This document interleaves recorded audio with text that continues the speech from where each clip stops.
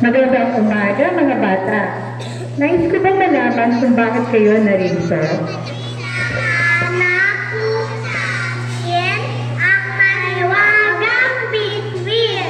Nais po namin malaman kung maaari kami maging twinkler.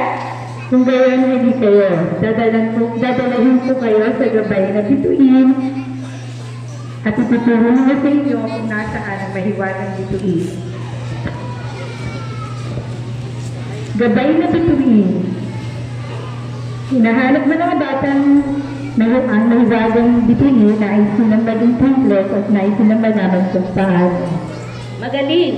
Kung gayon mga bata, ito na ang takang lugar para sa mga twinklers. Pero kailangan sabihin muna ninyo sa akin kung bakit nais ninyong maging twinkler.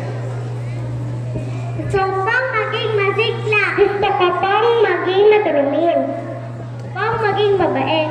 Gusto ko pang makapagbigay ligaya sa aking kapwa. Kung gayon, hali kayo at tingnan ninyo ang mahiwagang bituin. O sa harap ng mahiwagang bituin, kung sino kaya sabihin. Tumingin ka sa sarili at iyong makikita, sa iyo, magiging twinkler ka.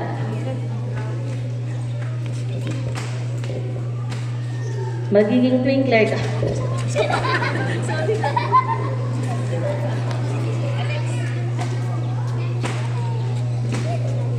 Magiging twinkler ka.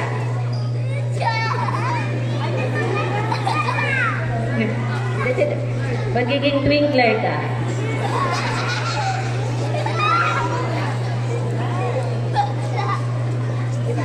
Magiging twinkler ka. Magiging twinkler ka. Magiging twinkler ka. Magiging twinkler ka. Magiging twinkler ka. Ayon sa gabay na bituin, maaari na kayong maging twinklers. Ang mga twinklers ay ang mga maliliit na Girl Scout. Na sila yung palaging mabait at gumagawa sila ng mabuti at makapagpapaligaya sila ng kanilang kapwa.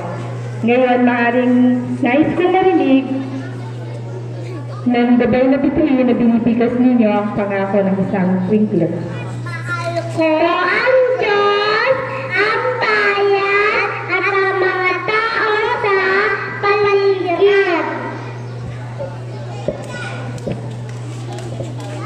Okay. Maaari na po bang tawagin ang mga ninong at ninang ng mga twinklers natin upang ikabit ang alambay at gora. Yung scarf po at yung hat.